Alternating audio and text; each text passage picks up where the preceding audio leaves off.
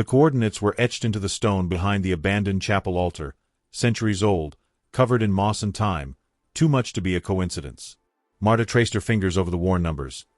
274436S483018W, and felt a shiver that wasn't just from the biting south wind slicing through the broken windows.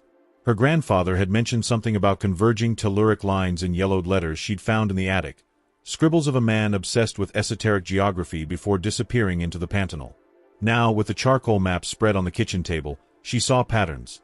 The points formed a triangle between the Jesuit ruins, the abandoned pharmaceutical lab outside town, and the dry well in the yard where her mother had died. The third vertex, however, didn't match anything known. It was as if the earth there had been deliberately erased. 2 days later, the first dream arrived. A circular room with white-tiled walls, flickering fluorescent lights, muffled voices behind a door marked with an unknown symbol. She couldn't move her legs, but she saw her own hands, or what remained of them, contorted by dark veins pulsing in sync with a low hum. She awoke with a metallic taste in her mouth and a purple stain on her left palm, identical to the dream symbol. That same morning, the postman delivered an anonymous package. Inside, a rusty key and a Polaroid photo of a man in a lab coat standing before a sign that read, Project Sharon. The man's face was streaked with red paint. At university, her geomorphology professor laughed when she mentioned the coordinates. "That's just conspiracy theorist paranoia," he said, adjusting his thick glasses. "The region is just a common rock outcrop. Nothing unusual." But his tone changed when Marta showed him the photo. He paled, quickly tucked it into his drawer, and muttered something about containment protocols. That night, she saw him entering the abandoned lab, carrying a flashlight and a leather folder. The taxi driver who took her there talked incessantly about a lake that swallowed people and the ozone smell that preceded storms. Marta paid in cash and followed the eucalyptus trail. Her phone's GPS went offline. The clearing opened suddenly, a crater of red earth, where twisted trees formed a perfect circle. In the center, a rusted metal hatch, bolts as thick as fists, and a numerical keypad covered in grime. The coordinates fit perfectly. She typed, heard gears grinding, and then the ground trembled. Inside were narrow corridors lit by black light, walls lined with a material that resembled human vessels beneath the skin. Numbered doors from 0 to 999, some ajar, revealing obsolete medical equipment, jars with murky liquids, monitors displaying shapes that couldn't exist in 3 dimensions. At the end of Corridor 44, a room with a mirror reflecting only half a body. The other half was replaced by a pulsating black mass. Her purple stain itched, now throbbing in harmony with the dream's hum. A notebook found in room 13 detailed experiments with modified endophytic fungi to alter spatiotemporal perception. The notes mentioned animal and human volunteer sacrifices to stabilize the portal. On page 23, an underlined sentence, "Pain is the only reliable translator between dimensions."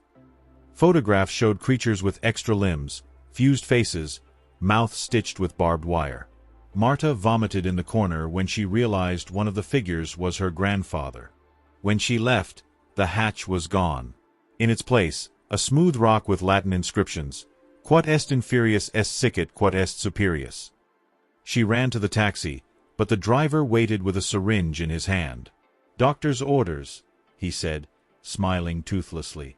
The last thing she saw before fainting was the night sky, stars arranged exactly like the coordinates in her hand.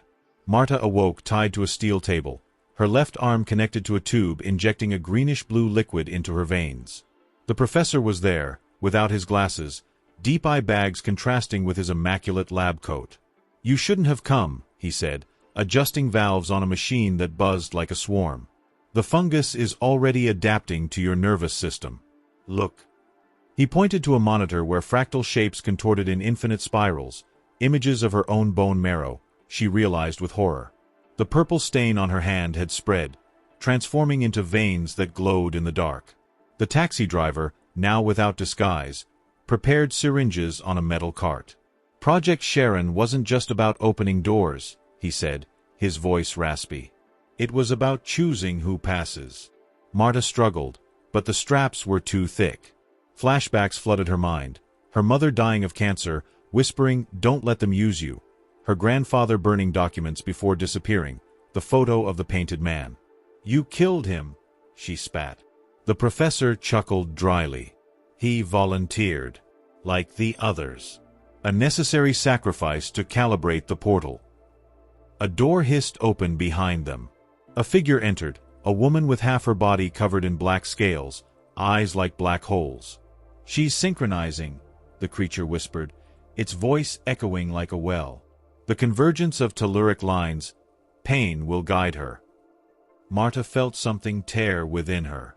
Her joints cracked, bones rearranged, while the substance in the tube pulsed faster. The professor recoiled in fear. Abort. She's not compatible.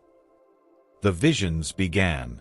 Memories that weren't hers. Underground laboratories in 1972, children with swapped organs, a president signing secret decrees on anomaly containment.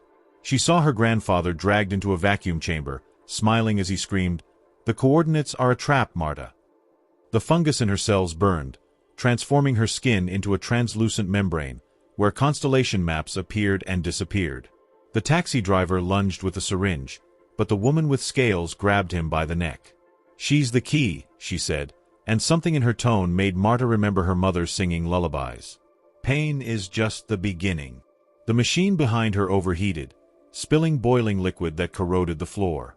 The professor ran, but the walls began to bleed, thick veins like hoses stretching towards Marta.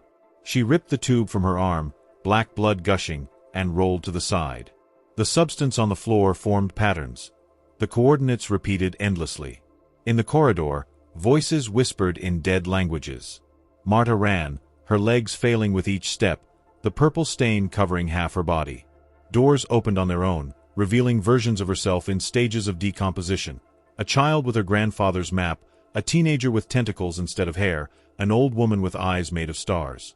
In a room marked Specimen 44, she found a diary in her handwriting, dated 2025. "They gave me a choice. Close the portal forever or let humanity become something more." The alarm blared. Red lights flashed as the woman with scales reached her. "There's no time," she said, extending a hand that melted. "Every minute the portal stays open, more dimensions collapse. You need to decide." Marta looked at her own hands, long fingers, nails split like claws. In her chest, something beat out of rhythm, like a second heart. She remembered the mirror that showed half of her as a black mass. Pain is the only translator. At the end of the corridor, the hatch was open, revealing the crater under the full moon. The professor held her, pleading, "You don't understand? They come from a place where suffering is worship. If we close the portal, they never stop." Marta smiled, sharp teeth slicing her lips. "Then let's give back." She grabbed the diary and ran into the darkness, the fungus in her veins singing a melody only she could hear. Above, the stars rearranged themselves. The coordinates weren't a destination, they were an invitation. The crater bubbled. The ground beneath her feet melted into silvery liquid, forming puddles that showed scenes of a different world, cities of intertwined bones, forests with teeth-like trees, creatures that vanished into mist when looked at directly. Marta felt the fungus in her veins vibrate, synchronizing with the portal's hum. The diary burned in her hand, pages turning on their own until a phrase marked in red, "Sacrifice is an act of translation." She realized then, it wasn't about closing or opening, but about rewriting. The woman with scales appeared behind her, skin peeling back to reveal a core of black light. "Are you ready?" It wasn't a question. Marta looked at the professor, now kneeling at the crater's edge, trying to suck the silvery liquid with a syringe. His skin bubbled, fingers transforming into claws. "They used us," he rasped. "The portal is alive. And it's hungry." The air filled with screams that weren't sounds, but sensations, nails scratching slate, tongues licking open wounds. Marta opened the diary and tore out the page with the marked phrase. The letters floated, forming a circle around her. "Pain is the only translator." She dug her nails into her chest, ripping out the second heart that beat out of rhythm. Black blood gushed out, but instead of falling, it hovered in the air, forming an obsidian egg. "You're not the key," the woman whispered, dissolving into particles. "You're the lock." The egg vibrated, sucking up the silvery liquid, the fungus, The screams. The professor stopped moving, trapped in black amber. Marta saw herself in the mirror again, half face, half empty. This time, she entered the darkness. Inside was a corridor of teeth, each marked with coordinates. She walked, pulling out teeth that bled numbers. 274436S. 483018W. The numbers created a mouth that swallowed the egg. For a second, everything stopped. I awoke on the altar of the abandoned chapel, hands clean, no stains. The south wind blew colder. On the floor, a single page of the diary. They will return when pain is forgotten. I looked at the coordinates on the stone. The moss had covered them again, but something beneath the surface glowed, veins of black quartz forming a new symbol. The taxi driver was outside, face normal, smile normal. "I found another package for you," he said, offering a box. Inside, a compass that pointed to the heart, not north. "And the egg. The egg is here. Inside me."